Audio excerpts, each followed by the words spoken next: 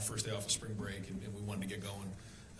We're going to do spring practice in 4 weeks. Usually we do it in 5. We would typically start the week before spring break. We decided to push that back because of how late the season ended.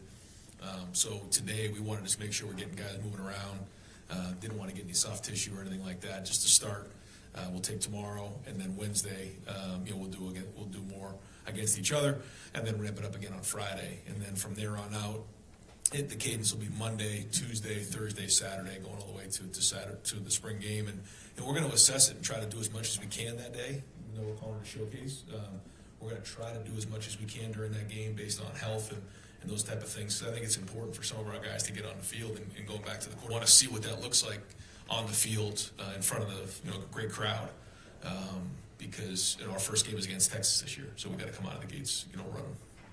Pat Murphy, 24/7 Sports. Brian, as you guys kind of get things going here, you're obviously building coming off of a national championship. That changes things, I imagine, being targeted and trying to get guys motivated in the same way they were before. Just the challenges at this time of year to build back. Do you lean on people that have gone through similar runs before, or kind of how do you approach that? Appreciate your St. Patrick's Day colors, representing the Irish. It's good. We had a meeting early on with our leadership committee, and one of the first things we had as we go through our first presentation of how we want to talk to our team during the winter program. And Mick and I show the presentation to the leadership group and look for feedback. If they agree, if they don't agree, if they want to add things, delete things, and we have discussion. And one of the first things was reinforce the culture. And after the end of the meeting, it was we have to rebuild the culture because this team hasn't done anything. There's guys on this team that don't know the culture yet. They were fortunate enough to be with the team during the last 2 games, which was great to see. And I give a lot of credit to the seniors who last year really embraced them coming to be a part of the program. I've seen it before in years past where there's a little bit of a feeling they're not really part of our team. We put all the work in, it's a little bit of a distraction. Our older guys felt like it was good to allow them to see what the Brotherhood's all about, to pass down what it means to be a Buckeye and our culture, introduce them to that. And so I thought that was great, but the leaders of this group decided that, they don't take some of the stuff down, some of the national championship things down in the facility because they realized that we didn't win a national championship. Last year's team did. And that was a good start because that's the right mentality to have, is that we got to start this thing from scratch and build from there. Who are those leaders? Who are some? You could probably name them. We have a leadership committee that this year, because we have so many new names, Coach Mick and I appointed them and then allowed them to add or subtract some guys. And then after the spring's done, we'll then have the team vote on it because I think at that point some of the new faces will know who's who on the team. And then from there, once we get into the summer, we have a really good idea who the captains are. But you know who the leaders are, and so you could probably name 80% of them. Tony German, Buckeye Huddle. Ryan, looked like today safeties were kind of switching back and forth between boundary and field. Is that a spring thing, or is that something you guys want to do this year? We're going to look at it and see what makes the most sense. With the nickel position, the adjuster and the bandit, that was sort of how we identified it last year with Jordan and Lathan and Caleb. Well, now it's going to be a little bit different. So we want to put those guys in position to be as successful as we possibly can. As you noticed later in the season, Caleb found himself playing a little bit more down where the nickel used to be, and Jordan was playing a little bit more safety position. So it was good to have some ability to change the job descriptions and have versatility. And so we'll do the same, but this year a little bit different bodies in there. So we want to have the flexibility to adjust. And then just like on offense, it's the same thing on defense. We want to put our players in a position to be successful. And I thought one of the best things we did in the second half of the season was do that. In particular with Caleb, we put him more towards the action, and he had more of an impact on the game. So we need to do that on defense this year based on who we have. And so we're going to look at field boundary, strong, weak, left, right, all the above. Do you think there's a scenario where he's more boundary this year than he was last year? I don't know about that. I guess there could be a situation for sure, but as you guys can imagine, we want him involved in as many plays as we can, so we're going to get him there. And I guess if there's some boundary stuff, I guess, but to me, he's going to be more involved with some of the other stuff, I would think.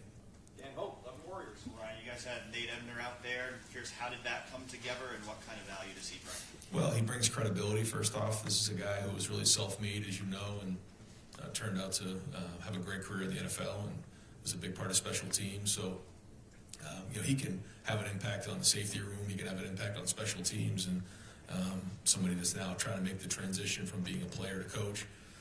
So great to have him around. When you have as many former Buckeyes, guys who played in the NFL as you do here, what kind of benefit does that give to this team? I think it just, again, builds culture.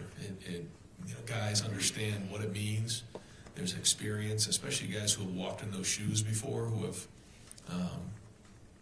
gone through the process of playing at Ohio State. This is unlike any other place. So they've won games, they've lost games, they've grown. They get to tell their story of when they were in those same shoes, and I think it makes a big difference. You take a guy like Nate or James or Hart, and also their experience of playing in the NFL and making that transition.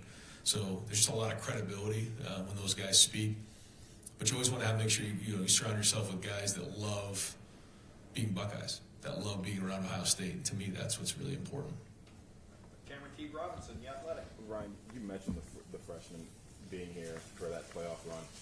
Is it too early to see maybe some of the experience and practice they got there show up now, or do you just feel like you need to see that through the spring? Like, can you see a difference and then getting just a little bit of time? I think we'll probably be able to tell that once we get going on Wednesday and Friday, just on how quickly they're able to get on the field, and does it look like it's the first time they've ever heard some of the calls before, or do you not notice them early on? And it's usually pretty good when you don't notice a young guy.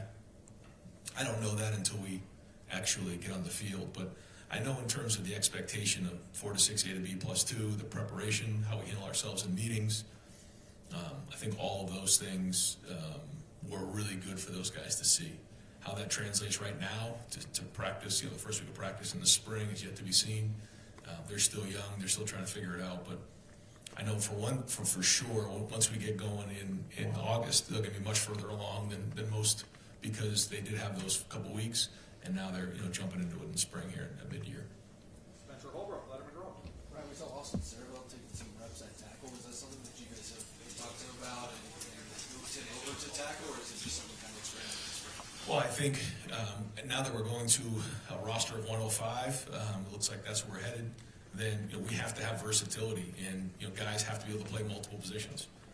You saw that happen with Donovan. You saw it happen with Carson this year. You've seen it happen with a lot of our guys, and so we want to be able to teach guys in dual roles this year. I think it's important, and not just on the offensive line.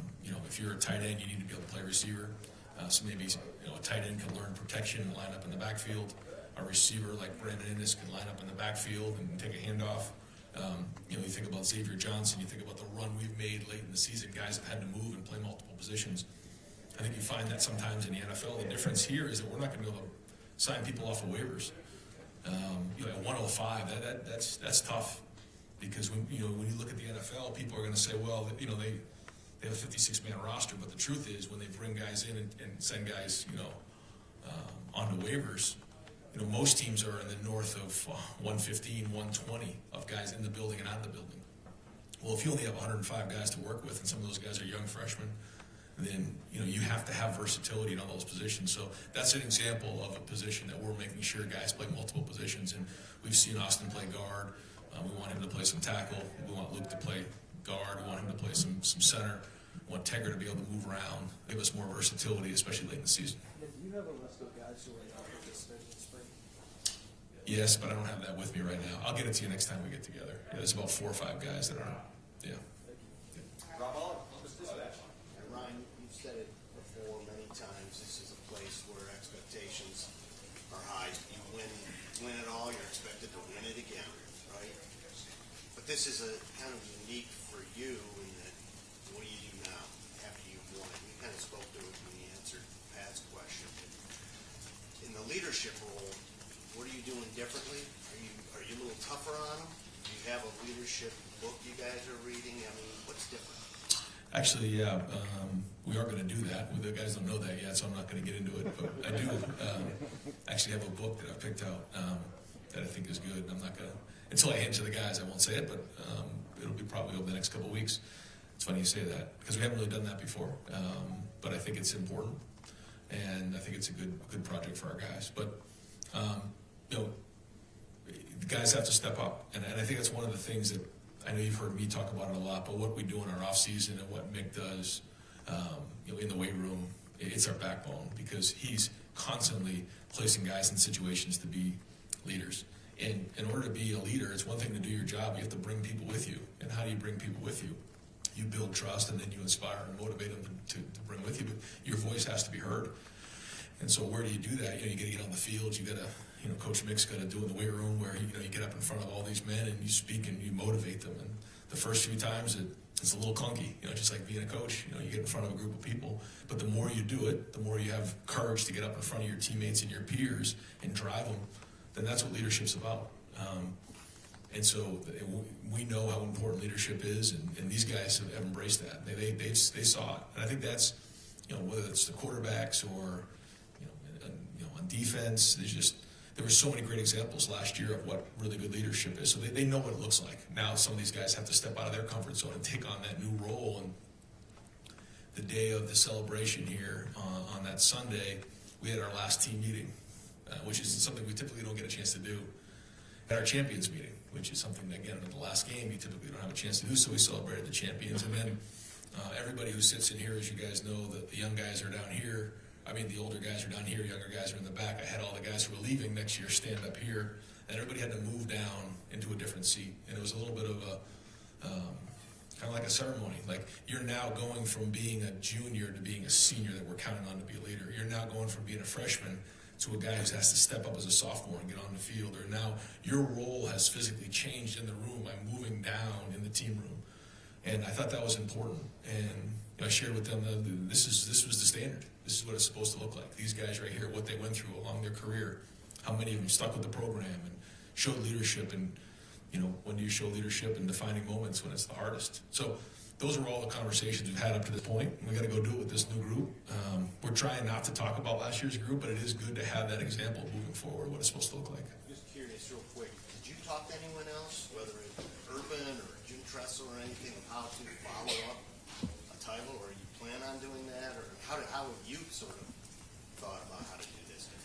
Yeah, just I have a chance to speak to a lot of different coaches, which is great, and it's you know, and it's a blessing. You know, so many different people reach out, you know, after you win something, and you get a chance to share ideas and thoughts. And but at the end of the day, like to me, it's the process. You have to trust your process and trust your culture. And really, to me, what that last run just solidified, I think, for everybody in the building is just like the culture works, the system works, how we do it, our process works. Like, it just gave credibility to everything we're doing. And, you know, truth be told, when you're a first-time head coach, haven't done it before, and you become the head coach at Ohio State, like, you typically don't get the benefit of the doubt until you win it all. You know, because, you know, you haven't really done it yet. It's like anything else. And so now we have the testimony moving forward, and I think for our guys, that's the most powerful thing we can do. Austin Ward, podcast. Ryan, what makes C.J. Hicks a good fit in that defensive line group? Well, I think the first thing is, you know, his quickness off the edge. He's got a great first step. He's powerful for somebody maybe who like isn't as big or strong as maybe some of the defensive ends we've had. He can really get skinny around the edge and reduce the surface area. Has a good knack for rushing the passer, and so we messed around a little bit with it last year, but now we're going to it more full time. Stephen Means, Cleveland.com. I don't know what was expecting you to come in here and start a quarterback today, obviously. But you typically put on the timeline for when those quarterbacks have been named. Maybe some of that is when you feel comfortable doing it versus when they actually go out there and win the job and do all the stuff we're talking about here. Does that competition have to be close? Does it have to always go in the fall camp? Or is there ever a scenario where you could get to the end of spring and realistically feel like you have your guy and publicly name him? Yeah, I do. I think so. You know, I can't tell you that I've felt that since I've been here. I think there's been leaders in the clubhouse, you know, and we've told we told guys that, like, you know, when it was between Dwayne and Joe, it was close, but Dwayne did have the upper hand, and we let both of those guys know that. And I think we're pretty transparent when it comes to it. But there's also, you know, a lot of football to be played in August, and so, you know, I think back on where guys are at in the spring, and then where they come, and even think about where Will was at this time last year and where he got to by the end of the season, or even where he got to by August. That was a huge jump. So we try not to make, like, you know, hasty decisions. We try to make sure we're thorough, but if somebody's that much further ahead, then someone's that much further ahead. What is the difference between, essentially, like you said, you've had leaders in the clubhouse before, but not to the point that they got to the finish line. What is that difference that you see from the guy being leader at the end of the spring, quote unquote, versus you stamp him with that approval in fall camp? What is that jump they usually have to do? Well, I think in spring you have 15 practices, and a good portion of the 15 practices are guys learning and growing, and the number one job for each individual player is to get better individually, and then we start to come together as a team. And so, well, we will have some team opportunities in the spring, but a lot of it is you know, individually getting better. It's 7-on-7, it's teamwork, it's, you know, more segmented. Teamwork is you know, usually a blitz period, a second and long, a third down, a red zone, things like that, and we're learning and we're teaching. Once we get into the summer, it's a little bit more move it, it's a little bit more situational. You start to feel a little bit more what it's going to look like in the game. You still don't know what an impact someone's going to have with their feet as a quarterback. It's the same thing at running back. It's hard to judge, especially coming out of the spring. So I just think, first off, there's more practices in the preseason, and secondly, it's a little bit more game-like, and you're further along. Bill Landis, Kings of the North. Ryan, as you continue to roll the quarterbacks, as you said, what do you want their mindset to be? Is it go win the job, or is it get better? Is it some balance of those two things? Yeah, it's a great question, because I think it's easy for people on the outside, you know, family members, friends, agents, things like that, mentors, go win the job. Well, there's so much that comes with winning the job, and as you guys know, the quarterback position, there's just so much that goes with it. So to me, it's the process of understanding how to get better, and then continually working. And when you make a mistake, you learn from that mistake and you grow quickly. And a lot of it has to do with their preparation. You know, when a guy walks into the huddle or walks into that practice, you can tell if he's prepared or not. I mean, if he's up there, and I say it all the time, the first level of understanding is what. If you don't know what to do, you have no chance of playing quarterback at Ohio State. So all that work has to be done prior to. Then you got to learn how to do it, your footwork, how the ball's supposed to come out, your technique, and then why are we doing it? Why are we calling this play? Why are we calling 4 verticals? Why are we calling crossing around? Like all those things. And then you got to go put it on the field, and you're still going to make mistakes, and you got to keep growing from it. So it's just understanding that the process is going to be a battle, but like you have to make sure when you walk in that building every day that you're prepared. You also have to throw it out there and make sure that, you know, you understand you're going to fail, but that you have to learn quickly. And if you're continually making the same mistakes over and over again, it's going to take longer to get to where you want to be and win the job.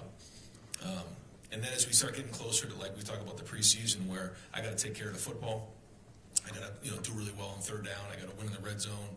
And then everybody's different. Every quarterback's different. You know, Will was a lot different than CJ. CJ was a lot different than Dwayne. Dwayne was different than Justin. Like, everyone's different. And so these quarterbacks are different as well. Different size, different makeup, different skill sets. So the number one job, though, for the quarterback is to be the hardest working guy in the building. There shouldn't be any question. Like, if someone says, who's the hardest working guy, it should be the quarterback. If it's somebody else, like, that's a problem. Because they should be the first one in the building and the last one to leave. And then they have to be tough. If it's 4th and 2 against Texas, like, we got to find a way to get 3 yards. That's the bottom line. And those guys understand that. They know it. Mick reinforces it in the weight room daily. But those are some of the things that we talk about at quarterback. Kellyanne Stitz, WSYX.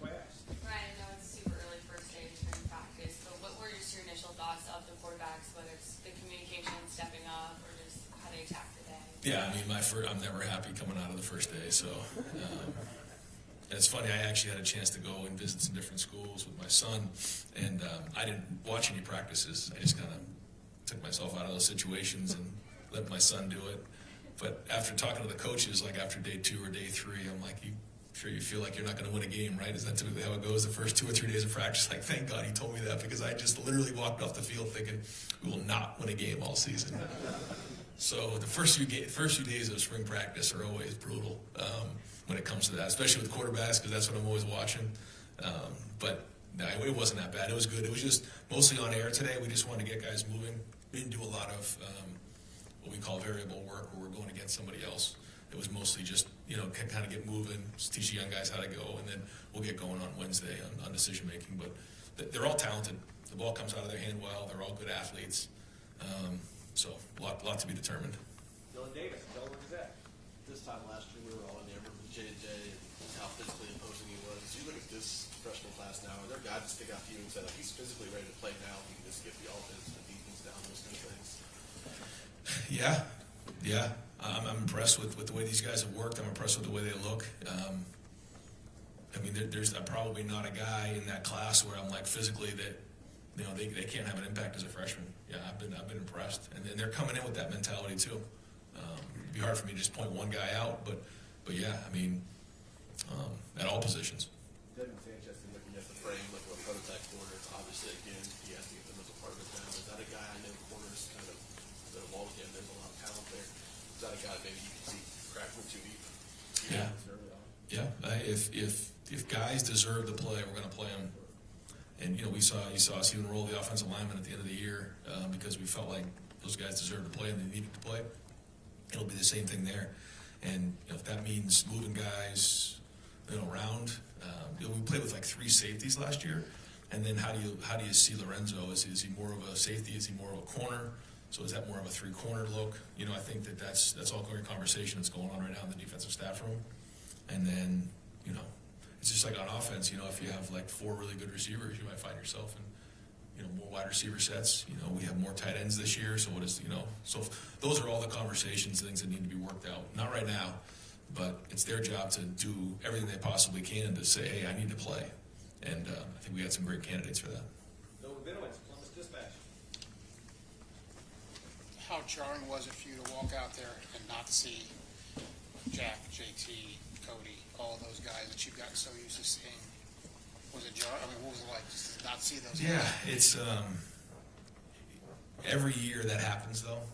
That you think about, that's the great thing about being Ohio State is, we get such great impact players, and once spring starts, you have to restart and look at it differently. But it started with mat drills. We've had 2 really good mat drills, and in those mat drills, we didn't have some of those same guys out there, but that's part of the process, and it's a great opportunity for guys to step up. And now we're on to the next year now, and doesn't mean it's going to be easy, but it's a different group of guys, and all these guys are going to have to step up in a big way. So just getting started, but it is a transition for sure. And the running backs, obviously, those guys are gone, Trey and Quinchon. How do you see that evolving? Do you expect to have the committee approach like you had last year, at least a tandem? Well, for James has obviously been here and he knows it, so he's going to have to step up. And it's not easy to figure out what running backs can do in the spring because we're not tackling them. But he knows what it looks like. He knows the offense. CJ has played more, but doesn't really know what we do here. And obviously when you come to Ohio State, there's a transition. It was a transition for Quinchon. So I'm excited to see how that looks. He did a nice job in the first couple of weeks as, he actually was a scout team back. He played Jeremiah Love and some of the guys we had, the guys at Texas, and did a good job with that. I thought he ran hard. But then it's going to be interesting to see these young guys, Bo Jackson, Isaiah, we'll have Turbo coming in, Sam. So we need these guys, like you said, to provide some depth and support there and step up. So to say that it's solidified, we know what's going on in that room is not the case, but we do have some really good options there, and excited to see where these guys go. And sometimes I think it's a great example of the offensive line. Like you take Luke Montgomery, for example. Like here's somebody that really didn't play the majority of the season. When he finally had the opportunity, stepped up, and everything changed in his world. I think it's the same thing for the running backs. Like James is a great example. James ran pretty hard in some of the games early on in the season, but when Quinchon and Travion were in there and he wasn't getting the carries, you kind of go about the business of, all right, this is my role, and you embrace the role. Now your role has changed. Now he's going to have to step up, and he seems to be having a great offseason. Dave Biddle, 24/7 Sports. How important of a get was Ethan Onyeonwa in the portal? I've heard some draft analysts say he could have been a second-round pick if he left Rice, and it could have been a second-round pick this year. Just how big of a get was that for you guys? Well, when you lose two guys to the portal, two tackles, that certainly affected the room.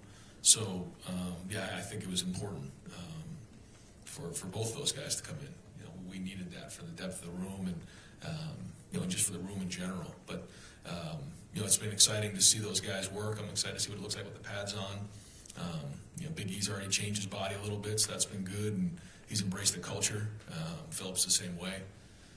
So, he's an Ohio guy too, so he knows Ohio State well. And the guys seem to embrace them. It's important to have the right fit. I keep saying that over and over again, and I think that we did that again this year. With the guys that we brought in, they were the right fit culture-wise. They came in, understood that this is Ohio State, worked, earned the respect of the guys around them, and that was important with guys like Will and Quinshawn last year. Caleb and Seth. Well, it's the same thing with these guys coming in, Max Clare and Ethan and Phillip and these guys. So important to make sure we continue to do that. When we add pieces in, they fit the culture. So I thought it was a really big get for us. I know it's the first day of spring, but do you envision Ethan as a left tackle, and do you want to keep him at around, I think he's listed at 357 pounds. Do you like that? Or? No, we like it a little lighter than that. That's a little heavy. Yeah, we got to cut that down just a little bit. But the good thing is he can carry weight. And so now if we cut him down, we're just going to see more and more athleticism and bend. So that's good. He's going to start on the left, and then we'll go from there. But again, the more flexibility we can have with these guys, the better for the room. Because, you typically think, all right, we have five. Who's the sixth? And then what does the sixth do? Well, he plays tackle or he plays center. Well, that really pigeonholes you because now if you lose a guard, now you're going to, like, quote-unquote, your seventh guy. But if you have swing guys, now you're playing your best seven or your best eight. You don't get yourself jammed up. So I think that's something we have to do moving forward is guys have to have almost a primary and secondary position. Adam King, WVMS. It's only been a couple weeks with Matt Patricia, but you seem to be fitting out there with the guys pretty well. How involved are you right now, knowing that it's a new system, getting your head in the meetings, or do you just kind of let him take the reins here? No, it's everybody involved. It's the whole defensive staff. It's myself, but Matt's done a great job of building relationships early on here. He's excited to get going. It's just a start. We're just getting moving. But I think there's just a lot of things that he's going to bring to that room. That's great. There's a lot of things that we've already done that's going to stay in place. So it's good. Again, just getting started. Like literally just taught a couple defenses today and get them lined up, get them moving around, and we'll keep moving from there and keep building on the packages. When you have someone that's so just football minded, do you like that, especially coming from the NFL background with him? Yeah, you love being around smart guys, and he's smart. I mean, he's played a lot of football, or coached a lot of football, and coached some really good players. So has a lot of credibility when he speaks, and I think it's great for him to just be around the culture, see how we do things, and he's jumped in with 2 feet and embraced it. Again, it's the same thing as when you bring in a transfer, when you bring in a coach. It's the same type of thing. Do you have the right fit? And I think it takes a certain guy to be able to walk into a room with 4 other coaches like James and Larry and Tim and Matt, and be able to embrace what's already been here. We just won a national championship, but then also look to enhance. And so we'll see. We're just getting started, but certainly so far it's been very positive. Jeremy Birmingham, podcast. Ryan, obviously, as you said, you lose big players every year, key players every year. Losing as many as you did, and not just on the field, but the roles they all carry, Jack, Cody, Rebecca, different types of leaders. How does that change what you have to do and be for this group over these next 4 weeks? Yeah, no, there's no question. Like you said, the number is certainly significant. And so, yeah, as coaches, we gotta do our part and make sure that we're developing. And to me, it isn't like the older guys. To me, it's like the next level of guys that we've really got to bring along and explain to them what it means to, become really good football players, how to build trust in their teammates, how they're going to go about building discipline in their life, what it means in the run that we need to go on next year, and that first game, what that's going to look like, and all those types of things. So we got to be on our game as coaches. We got to develop at a high level. And that's the job of each individual coach. You know, they got to make sure they're recruiting at a high level and bringing in the right guys. But ultimately, each coach is responsible for their room. I say that over and over again. Like, it's your job to develop, to make sure that your room is producing at a high level, is showing great leadership, and you're recruiting the right guys. You have enough depth for late in the season. And so, when each guy is doing their job, you know, we talk about being 10 strong. We've done that for a long time. Then you got a chance to win them all. Just a couple more questions. You feel different as a head coach right now? I mean, obviously coming off the national championship, you seem a little bit more relaxed. Yeah, I'm definitely more relaxed, Jeremy. I mean, to say I'm not as crazy.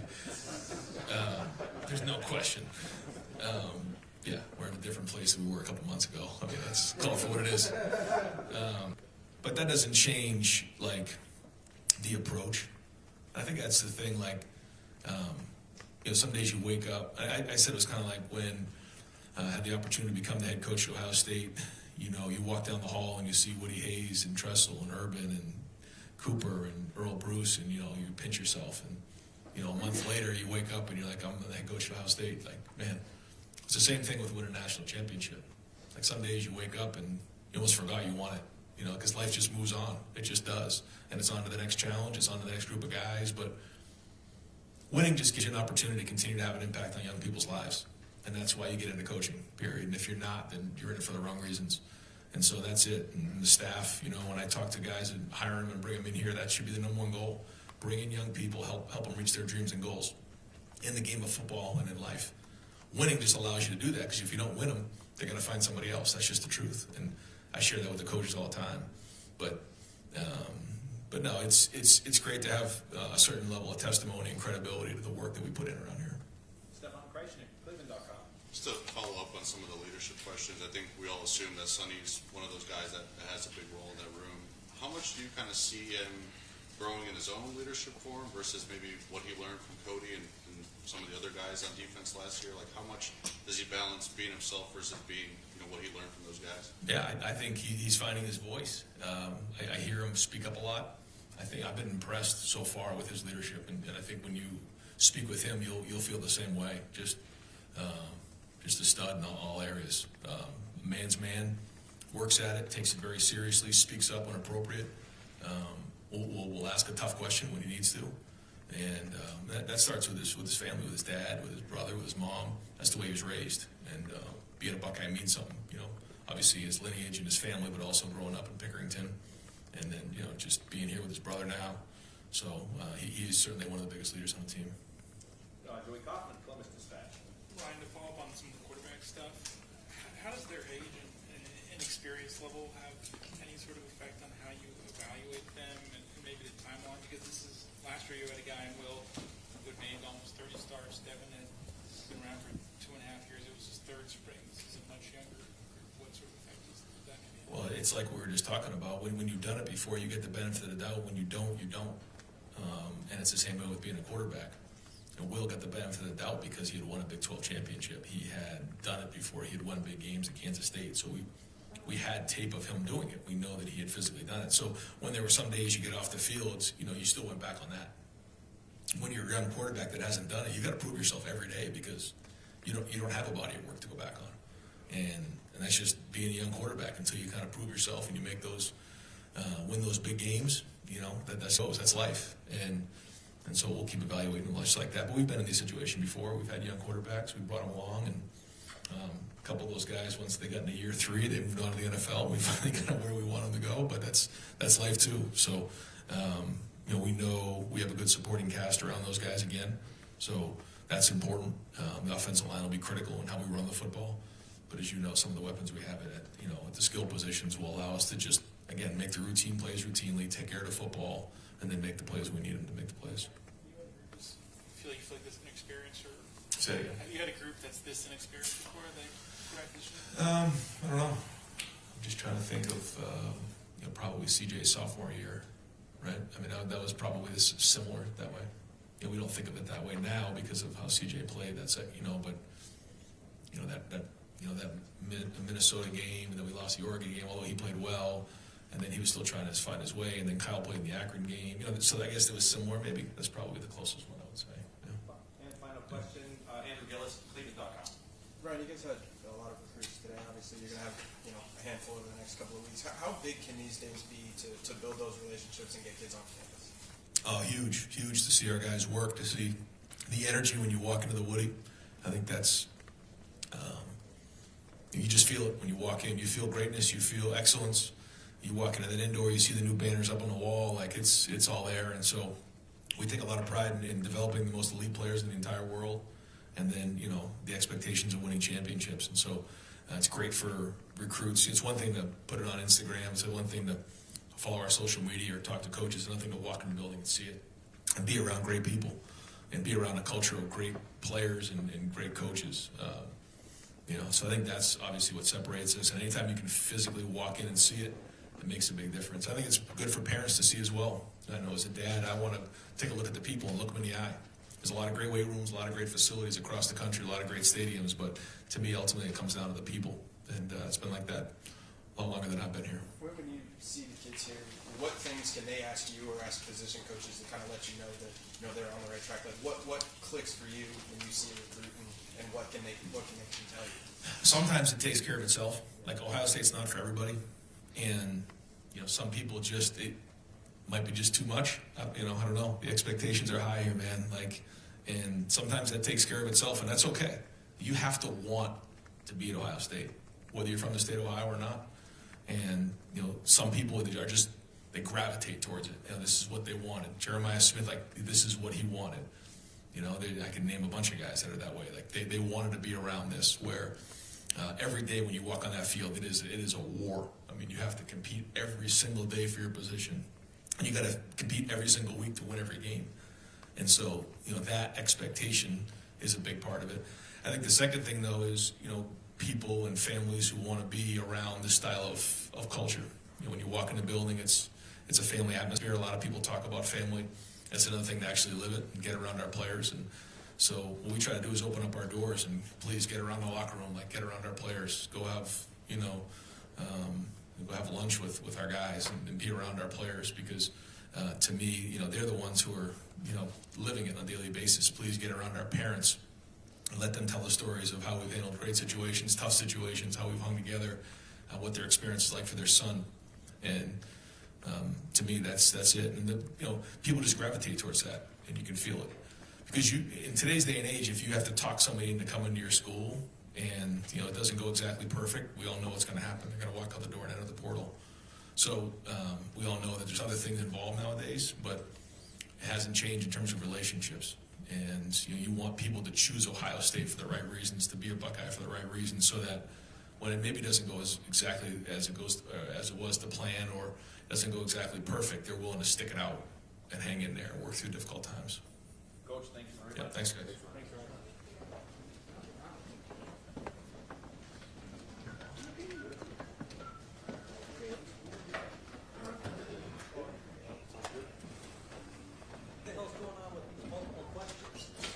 You didn't say only one.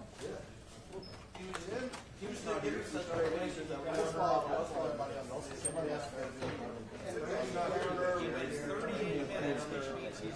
8 minutes shorter next time, and everyone who asks 2 questions will be asking 0 questions next time. And multiple questions, Austin,